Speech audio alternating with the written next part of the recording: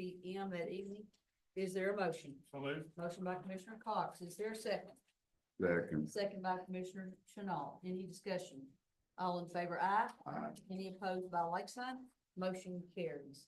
Item 3, departmental and agency reports. Is there anything anyone would like to highlight?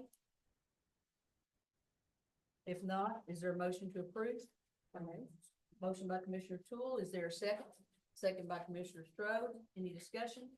All in favor, aye. Aye. Any opposed by like sign? Motion carries.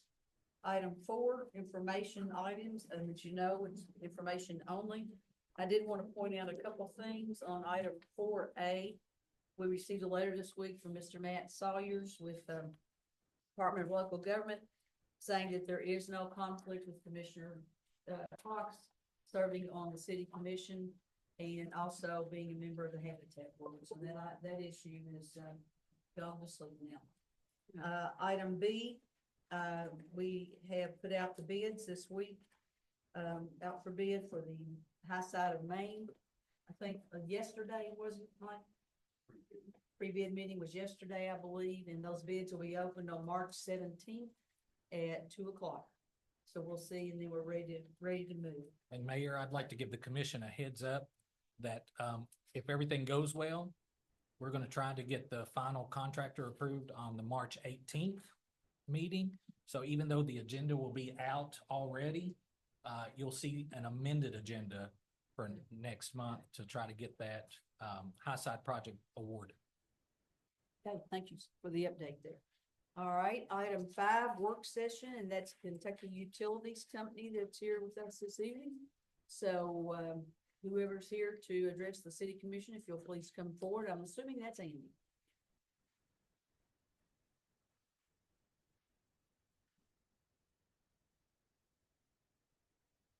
All right.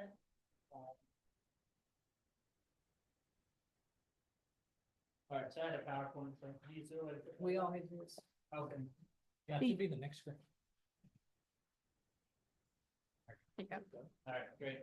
All right, I'm Andy, the senior utility arborist for LGEKU. I take care of Richmond and Maysville ops on the distribution side. So just gonna touch base a little bit of our policies, how we do business on our, touching on our routine and hazard mitigation program. Next slide. Here are the few different things we're going to go over and cover. An introduction of my credentials, the goals and objectives of our program, our planning process, our ongoing maintenance and hazard mitigation on our distribution system, touch base on the notification and our ongoing line clearance operations, a little bit more information on how we inspect things, continue to audit work that's in progress and completed work, and how we handle customer requests. A little bit about me. Again, I'm a senior utility arborist on the distribution side.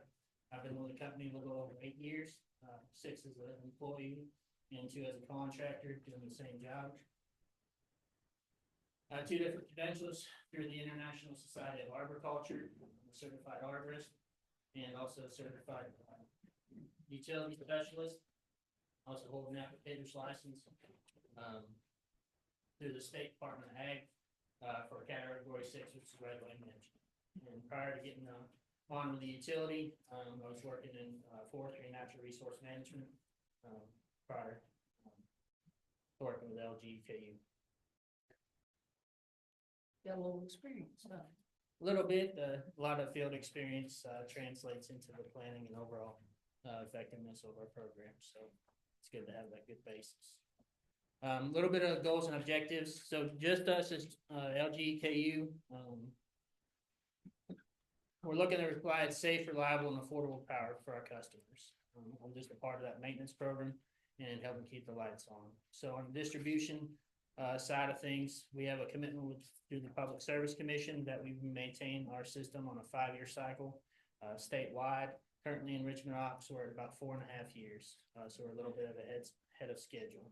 So what that basically means is the same circuits that we're revisiting for our regular routine maintenance interval once every 5 years. So what we're required to get those worked out. So during the time for our regular routine maintenance, we're looking at what we're fixing to maintain to keep our lights on for everybody.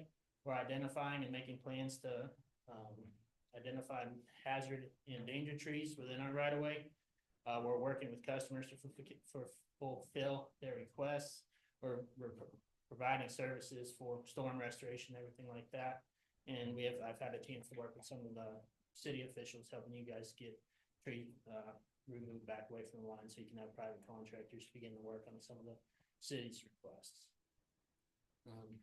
Also during this time, I'm responsible for being accountable for the safety and quality and efficiency of the contractors that are doing the work on our system. For this area, Right Tree Service handles our distribution line clearance. And I'm also provided to provide oversight on the financial regulatory compliance that we have. So I take care of all the invoicing, anything that needs to happen with accountabilities, dollars and cents. That's my purview as well. Next slide. A little bit about the planning. So at the end of the working year, our budgets and our work plans are established for the upcoming year prior. Those are based on the age of the circuits and their performance. So how well they have done as far as weathering the storm, if we've had any outage reliability products. All that's combined together to figure out what we need to do and where. So that's identified. So I'm out there inspecting all these lines about 4 to 6 weeks before we start working there. So I'm inspecting every span of wire, whether there's work or not there. I'm looking at the trees that we're looking to maintain or remove during our routine maintenance cycle, but also I'm identifying hazard trees and figuring out the best mitigation plans to getting those trees taken care of so we don't have reliability issues from them. So all that stuff is captured all at the same time. But also during this time, I have a chance to meet up with customers. That's giving me an opportunity to talk with them, set expectations, clarify anything that the utility would like to do for maintaining our system, and allows me to set expectations, what they can expect going forward, how the property will look when we're done, and just it's good service. Next slide. Our maintenance focus. So there's 2 different columns you can see here. On the left are a little bit of information on what we choose to trim. On the right is kind of credentials for candidates for removal. So biggest expectation for the trimming is trees that were trimmed on the previous cycles. That's an expectation we communicate to our customers. Most of these trees are established yard trees or large trees that are already established within the right of way. We do work on limited ornamentals and slow growers. A lot of these species are more compatible with our line clearance spec and standards, but a lot of times they just need very minimal work to keep them in compliance. So a lot of the work for the trimming and the removals is dictated by the species that are out on the line, their growth rates, their location, and the line construction. So certain species that we have grow faster than others, and not only younger trees are going to grow faster than much more established and larger trees. That's part of their physiology and how things go. Their location within the right of way. A tree that's right directly under the line needs more attention than something that may be just starting to peek out onto the edge of that right of way. And it's also the line construction. We have backbones, which are a 3-phase through our systems, just like ours. They're very important to be taken care of. We also have feeder lines that we have as well. So that's going to dictate to the extent in which the trees are trimmed. And then, and just as us with our expectation for our contractors, we want our contractors to be trimming those trees back to their previous extent. So, and if we need to go above and beyond that, that's when we provide that additional communication to communicate with our customers what we need to do, why we need to do it, and the outcomes for it. So that's an additional step above that initial expectation of our standard line clearance. For the removal trees, again, this is just on the maintenance side. Try to remove cycle busters whenever we can. So within that 5 years, certain trees are going to get back up in the lines way before that happens, depending on the health of that tree, whether it's getting plenty of water and other things. Sometimes those trees are best for not only safety but reliability removed during our cycle year, so we don't have to come back at a more increased interval.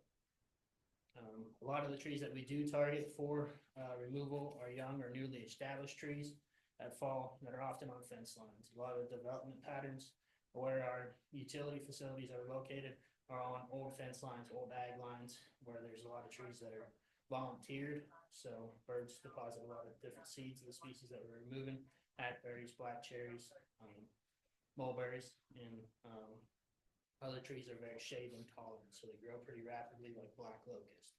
Those are all highly removed species within our system. Andy, what about things like, I've got a complaint at a home that has bamboo. Okay, so And bamboo. it's taller than the ceiling in here. Sure. Been about a look. Mhm. And, is that something that if that gets in the lines, do you all remove that? Yeah, bamboo is very challenging just because it does have a rapid growth rate. If it is, that would kind of fall in with the brush control. But yes, we do clear out bamboo when it is within our facilities, just because it would qualify as a cycle busting thing. And it's a very, hard species to get under control. Hard to eradicate, isn't it? Oh, very, very much so. And we're also, since I have the natural resource side of the background, I'm out there seeing a lot of different invasive species pop up on the right of way. So a lot of Bradford pears, tree of heaven, things like that. Those are gonna impact our reliability eventually, and among other problems out there. So, where we can, we try to get those out of the right of way as well. Again, trees in bad locations, the closer our facilities, especially junctures where we have equipment on the poles, things like that. Those are areas where tree growth is more likely to cause outage, just because the parts of our electrical system are closer together. So that makes trees existing in those spaces good candidates to be removed. I'm also looking for defects in storm damage. We've got plenty of ice and snow loading that's damaged trees. Just because they haven't caused problems now doesn't mean they won't cause problems later. So I'm trying to be advantageous of my time, my inspection, and get these things out before that problem compounds. And then I'm looking at vines and also working on brushing the pole. Vines will cause reliability issues, especially on our poles with transformers. And then the brush of the pole impedes our access if we need to climb the poles, but also doesn't allow that pole to dry out in between weather events. That will cause the lifespan of that pole to actually become diminished. They'll rot at the base because it doesn't have a chance to dry. Next slide. During my routine inspection, I'm also looking for these hazard trees. So for mitigating these hazard trees within our right of way, we're either removing pieces, large parts, or whole trees for mitigating this hazard. This is a case by case basis. These trees are coming in different forms, fashions, shapes, arrangements, and we have to work with our contractors and our customers to prioritize safety, but also ours and our customers' property, and getting these done as safe as we can. So things I'm looking for are structural defects, codominant stems, basal rot, busted tops. Again, prior storm damage. Sometimes trees that we have out there have extensive damage, and they would qualify with our hazard mitigation funds. These are trees that are above and beyond our normal routine scope of work. They'll take the time and the resources that they need to take, just to make sure everybody goes home safely. A lot of trees that we do manage are starting to become older as our communities age and our canopies age. We're finding a lot of older trees that are starting to show their age. There's diseases that are out there that are within our community. Emerald ash borer, for example, that's one of the things we're still mitigating as well. And a lot of trees that we're finding out on these right-of-ways after these big events, we're still finding uprooted trees. We're still finding a lot of stuff that's related to the soil condition and their previous planting. So the big thing with these hazard mitigation trees, we need to work with our property owners to get them taken care of, communicate effectively, try to set and establish these expectations, and make sure all these outcomes are discussed prior to us agreeing, getting permission to do the scope of work, and then keeping in touch as the work is either planned, gets done, and then any follow-up that may be necessary. These hazard trees and stuff sometimes will take specialized equipment, everything from cranes to shutting off the line temporarily, to bringing in big mechanical machines, to simply putting bucket trucks in the yard with customers' position. Again, safety is the biggest thing in dealing with these trees, and it's something we won't compromise.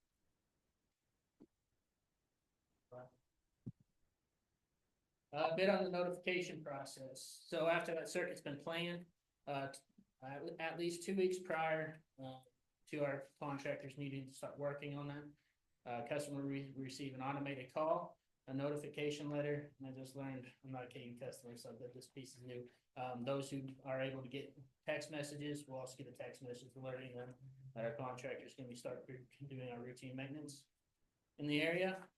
That goes out to every customer on the circuit, whether or not their power supplied from overhead lines or underground, whether or not they have trees or don't have trees. We want our customers to be aware that our contractors are working on our behalf in their area. Cause we'll be making sawdust, we'll be setting up road signs, doing what we need to do our work there. We just wanna make sure folks are aware of us. So, as far as getting permission for the removals, the general foreman or the planner, will contact our customers, get these trees, signed up for removal. It's an opportunity for our contractor then to discuss any hazard trees that may be on the property, but also talk about the property itself. A lot of our customers have locked gates, have dogs, have septic lines, a number of different things that we need to be aware of. We're in a lot of different backyards, so we need to take precautions to not only protect ourselves, but the customer and their property as well. So notification during the maintenance period, the day of the trim, the contractor knocks on the door to notify the customer and go over any work. This will also occur at the end of the day prior. It's a good time to catch people home, but also allows our crews to set themselves up for success, to be able to start the morning the next day, to be starting their maintenance earlier in the day as they can. If we can't get a hold of anybody or can't get access into the right of way to do the work that we're wanting there, we'll leave a note with contact information, how best to follow up, and what we're needing to contact the customer about. And then anytime I get a chance to talk with customers while I'm not doing the planning, I'll take and make the notes on the actual work plan itself and communicate that directly on the work plan that's given to our contractor.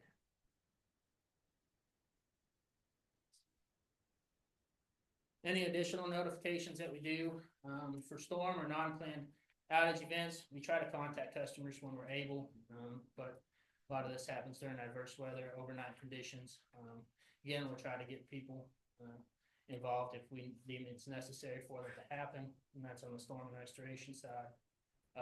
Sometimes in order to safely trim trees that have grown up in the lines pretty bad, sometimes we have to schedule power outages. We try to keep that as minimized as we can. We recognize a lot of people are working from home and have other needs for power. So at least 3 to 5 days prior, we try to provide notice for these planned outages. So how we do that is we have another automated call. Give the time and the dates of the outages. We try to keep them as close to the parameters that we need for the time and the date, so the customers can plan accordingly. And we also provide this in a written notification as well. That's put in their mailbox, or I'll go around and take letters to doors, or just drop them off with dates, times of planned outages, and my contact information if the customer has any concerns or anything that they would need to have questions about. Additional notifications we provide for our customers as needed. If we need to get into the yard to cover up lines, to put a physical barrier on the line, we need to work with customers about putting a truck in the yard, safely work on trees, but also if there's underground utilities, septic lines, things like that. We work with our customers just to try not to tear up anything that we may or may not know is underground.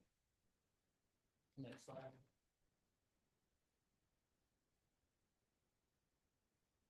Expectations. So this is specifically talking about our maintenance and hazard program. So within our rural and wooded right-of-ways, any of the cut material that we have is stacked at the edge of the right-of-way and chopped up. This allows it to break down faster and helps prevent erosion. Any larger material that's greater than 4 inches in diameter is cut up and left as firewood on site.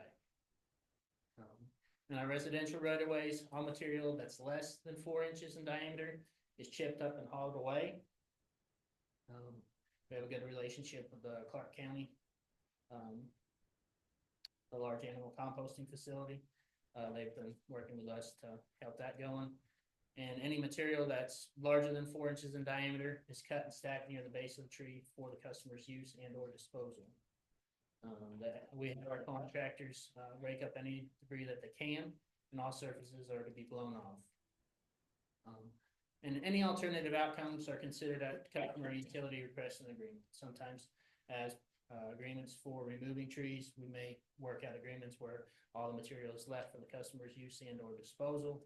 And it works in a number of different ways. The biggest thing is that we're in agreement if there's any deviation from this. Slide. All right, so the auditing and post-inspection. So ongoing during the operations, I'm stopping out and checking on our crews. I'm performing safety audits to make sure the contractors are doing what they need to take care of themselves, but also take care of the customer's property and the public at large. Making sure that customers or contractors are communicating with the property owner, but also they're completing the work to spec. We have a certain set of specifications and standards that we want our contractors to be working on. This is just during the operation. This is me spot checking, just to make sure if there's any course correction or anything that needs clarified, I'm able to get that and we're able to continue work, be efficient while making any changes that are necessary. So after the clearing's done, contractors notified me everything's complete. I'll go through and do the final inspection. So the same thing, I'll go back through, inspect every span, make sure that the contractors have given us the quality of cuts and proper clearance that we've asked them to, have provided proper cleanup and treated the proper care, any of the deficiencies that and also completed the work that we've given them to the full scope of work that we want. If there's anything that's deficient, all that stuff's noted and relayed to our contractor to fix.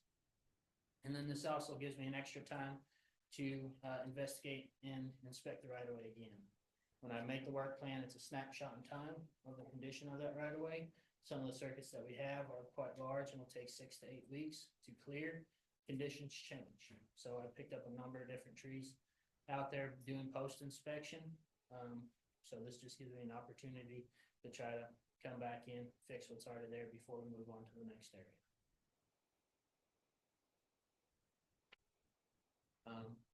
area. Customer requests. So all the requests for this area are received at the local office or through our tree trimming queue. We got about 2 weeks to get them looked at, figure out what's going on, contact the customer, figure out what they need from us. Now we can best work together. From that, we'll figure out the best scope of work, what equipment's needed to complete the request, and we'll get them on the schedule. That scheduling is based on what the actual customer needs, whether it's just a trim out of the line, whether it's they need work done so they can have a private company come in, whether it's a full tree that needs to be removed. It's a number of different scopes of work. The biggest thing is we try to work with our customers to make that happen. What crews we have available, and just back to the scope of work, what we're actually doing there. Sometimes, depending on the situation, some requests are above and beyond, or it's just going to take additional things to make it happen. So there are oftentimes extended lead times or different arrangements that may be necessary.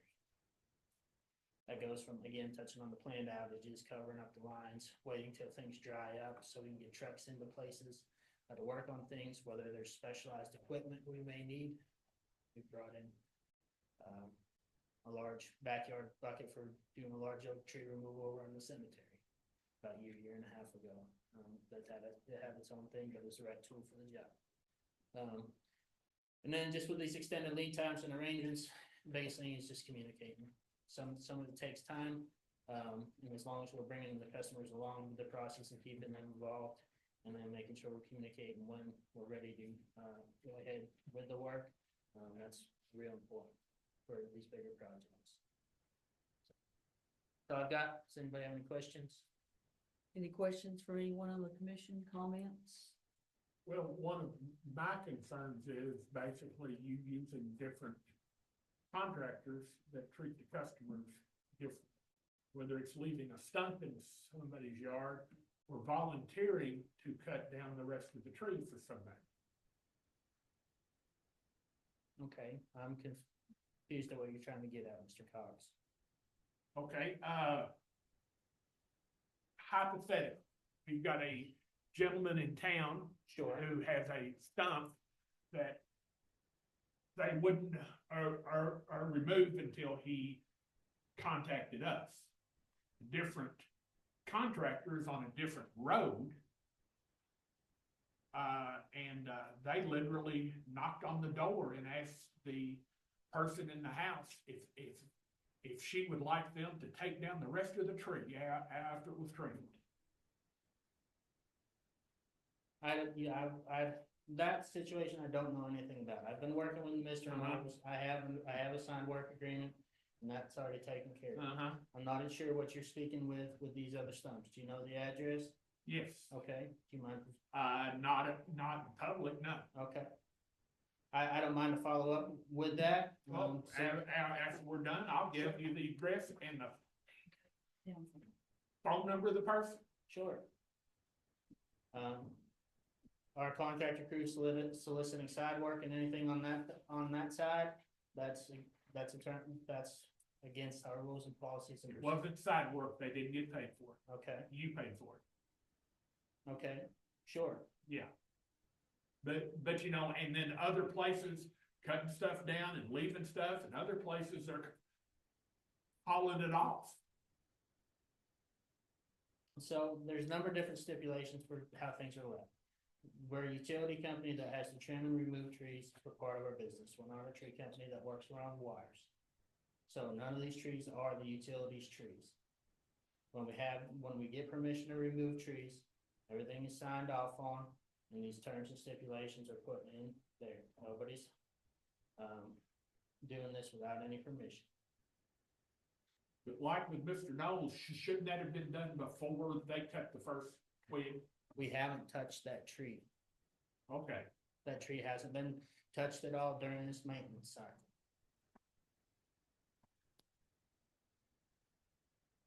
okay. There are 2 trees on the tulip poplars. We trim them during our regular maintenance cycle. The oak tree that's in question was not prescribed to be touched and hasn't been touched in this maintenance cycle. Okay.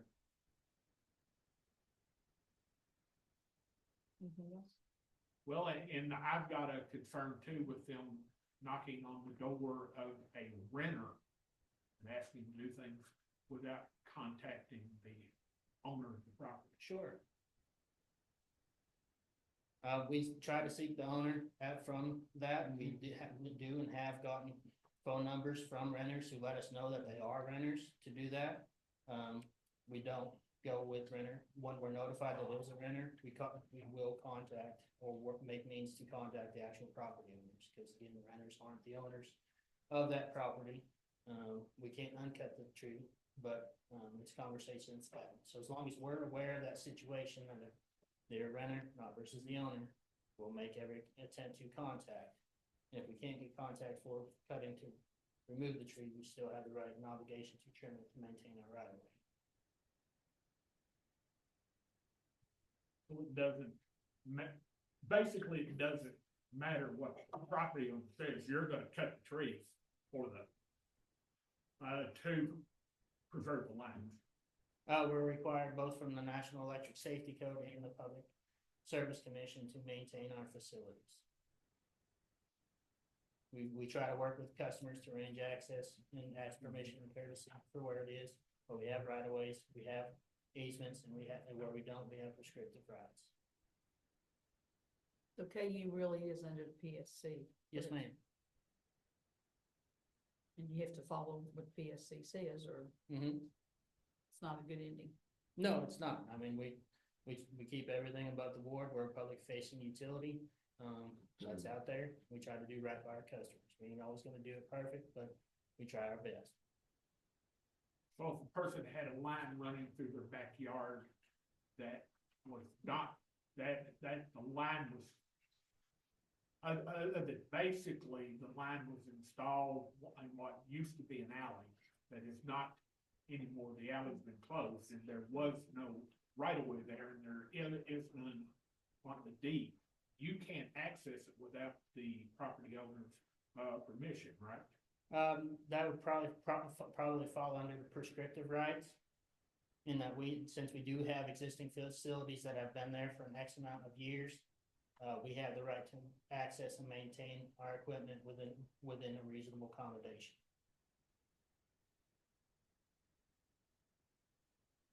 Shame I built a garage up at the end of my driveway, isn't it, after the alley was closed? Anything? No. It's just not, since Mr. Knowles brought this up, I've had literally tens of people that are not, and it's not KU they're not happy with. It's your contract.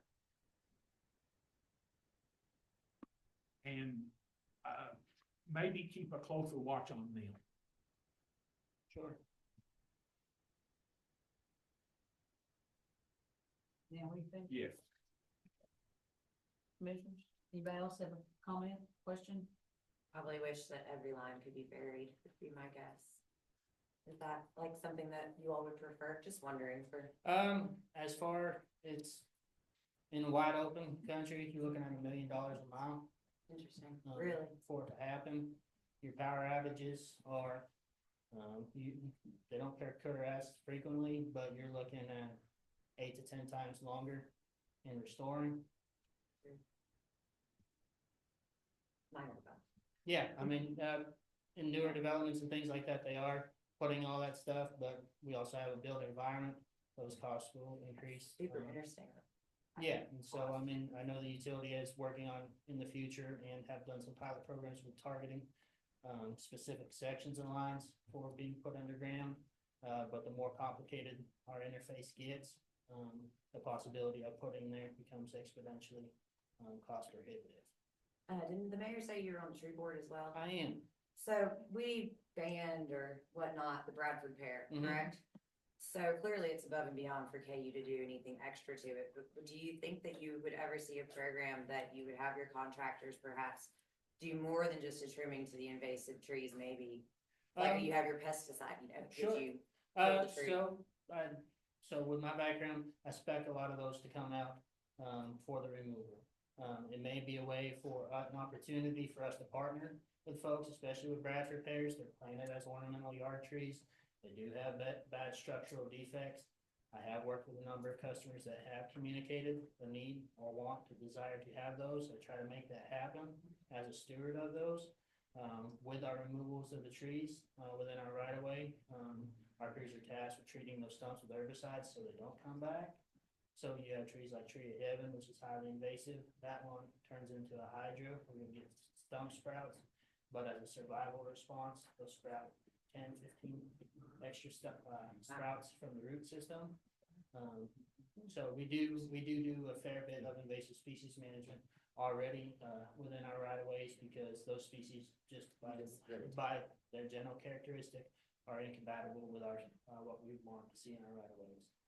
And once again, on the Bradford pears, where we said that folks can't sell them here, Mhm. they sell them in Paris, Mount Sterling, Richmond. Mm-hmm. So if Hopefully they'll get with the times. you wanna try to tell me what to put up on my property, you better get your checkbook out, you better buy it. Fair enough. But yeah, we're aware of invasive species on our right of way, and within our scope of work, I do take the opportunity to try to keep abreast with the times, but also manage those incompatible species that would impact our reliability. I've never seen so much bamboo Yeah, around. it's Pretty soon we're gonna have pandas in Winchester. yeah, it's one that's out there. I mean, there's native species that could be put in its place. But And Andy, if we see a place that say there is a lot of bamboo, Bradford pears, et cetera, would a Shanda notify you? I've looked at a few spots. I've turned in a few spots to Shanda about it. If it's occurring within our right of way, I'd like to know about it, just because it is one of those cycle busting type situations. It's becoming more commonplace as more people plan it, and it's tough one to put back in the box. So, but yes, you can work through Shanda to get it to me, or even through Brian with Public Works. But yeah, I found a number of other spots that Shanda wasn't aware on our right of way. So. kudzu in Clark County yet? A little bit out of track. Yeah, I don't think I know of any in our circuits. There are other spots not too far. Yeah. That we have plenty of it, but that's another, aggressive non-native that we do make. Yeah, a little bit, well, out toward the Lemon Garden Creek is a little out there. Okay. Yeah. I'm surprised that bamboo can withstand the cold temperature. Yeah, a lot of the, we're gonna go down a rabbit hole, a lot of the non-native invasives that we're dealing with in Kentucky come from the 38th parallel latitude. A lot of those come from the Amur Valley, which is in central China. So a lot of those species are compatible with their temperatures here, but have and do deal with higher extremes, both on the heat and cold side from where they originally get from. So if you're driving up Lexington, you see the 38th parallel commemorating the Korean War. Yeah. That's the same latitude where a lot of those plant species do come from. Mr. Jones, do you have anything? Oh, yeah. I actually have a whole statement, so. Would you like, me to share with you? How long is that? Pages? 10 minutes? What time is it now? We've got a closed session. Could you condense it down to 5? Yeah. Okay. Sure. My name's Rick Knowles. I live at 200 College Street. I've got one of those trees that need to come down, and I've never had a problem with it coming down. However, what I did have a problem with is what I was told how it was gonna be left. And I saw on some of the, pages here that, you know, anything over, was it 4 feet or 4 inches? Well, my tree's about, Andy, you might help me here with it, but it's anywhere from 75 to 100 feet tall, 13 to 15 feet in diameter. And I was told by some workers twice before I came to this body that the tree would be cut down, fine, no problem. The trunk, however, would be left in my yard. And the stump would be left in my yard. Which a tree that size, if anything is cut up, even if it's for wood, that's gonna ruin my front lawn. Actually, it's my side lawn, but it's kind of a front because I'm on a corner. So that's why I came to this body. And I said, you know, that's just not the right thing to do. And then Commissioner Cox said, we need an ordinance. Well, there's been a lot of work done between November 19th, when I came here the first time, and today. And there was a meeting, you'll have to help me, Bruce, on the date. That was with you and the city clerk with KU. And there were some minutes that were put out from that meeting. And the 2 last bullet points were this: the customer is responsible for disposing of the trees. And if the stump grinding is requested, then we can check with your supervisors, and if approved, an invoice customer who requests the service. Now, I want to say that my situation has been taken care of. Andy and I have had numerous discussions, but his first discussion was the same one. We will cut your tree down. No, we don't do stumps because it's not in the budget. And we will leave the trunk of the tree. Again, I have no problem with this tree coming down. Now, in my opinion, this has come down to cost for KU. So I'm not gonna ask the KU reps what their net operating cost for 2023, that's the last audit that was done by PSC. I got that on psc.kentucky.gov. But their net profit was $439,363,640. You can find that on page 22 of 187 pages. So I asked Andy, I said, how much will it cost to take my tree down? He says, well, you know, we kind of went between numbers 6 to 10. Let's use 10,000. So if you get your calculator out and you divide 10,000 by $439,363,640, 640. That equation comes out to 0.00002276. So let's call it 0.00003. That comes off the net profit. Let's say that you've got to do 1,000 trees in Winchester. If you take $1,000 times 10,000, excuse me, 1,000 trees times $10,000, that's $10 million. You divide $10 million into that figure of 439 million. You get a figure of 0.02. That comes off the bottom line. That's going to affect the shareholders, and I disclose I am a shareholder. I'm not going to object to that coming off the bottom line.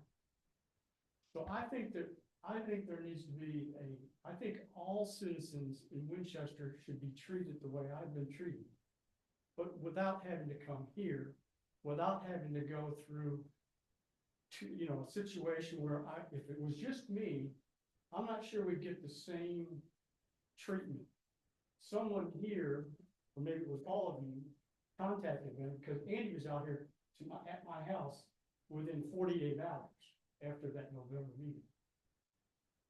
So the city clerk, I know, has been working really hard to do some research on ordinances around the compact. Well, I don't think we need to do any more research because actually Clark County has an ordinance with utility companies. And I just Googled it. And I walked over here and I paid $2.50 the other day, and I've got it right here if you want to see it. But it's the ordinance relating to utility scale for solar facilities. And it was passed 7-0 in June of 2023. It went into effect June 22nd. So I'm going to ask you to prepare and pass an ordinance, or consider it very, very a lot. Let's put it that way. Because I don't think any citizen here should have their property not left the way it was found. And I think that the only way you can do that is to have it in writing. And I'm not saying that on paper, it sounds really good. But I don't think I or anyone else should have to come here to get what I got. And I don't think it's fair that I'm the only one that's getting this, with your help, thankfully. So that's why, and I thank you for the resolution. But I think, I just hope that this body will go forward one step further and do an ordinance to protect all our citizens. Anybody have any questions? Thank you. Thank you. Okay, Joy, is it okay if we go ahead and do our commissioner comments now, since we've got the next meeting in 12 minutes? Do we have to do it at 5:30? You have to do it at 5:30 Because it's not on the listed. agenda. No. Okay. Make a motion, we go to closed session. No, we don't have time to go to closed session. We'll have to go after our next meeting, because we've got several things to discuss. So, is there a motion to adjourn the 4:30 meeting? Move. Motion by Commissioner Chenault. Is there a second? Second by Commissioner Strode. All in favor, aye. Any opposed by like sign? We'll be back here in 10 minutes.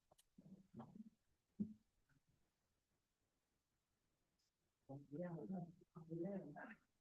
But we can't go closed session. Yeah. Let's do this.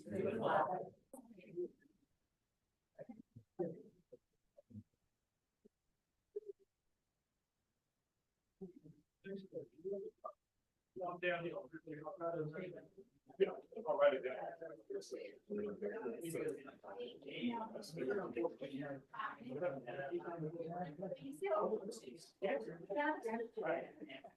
My nephew said he didn't like that. I wasn't happy. Why? Fire department's the last thing. Transfer these things.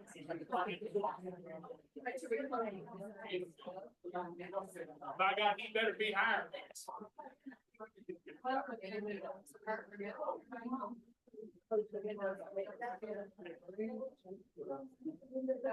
Next week will be a line.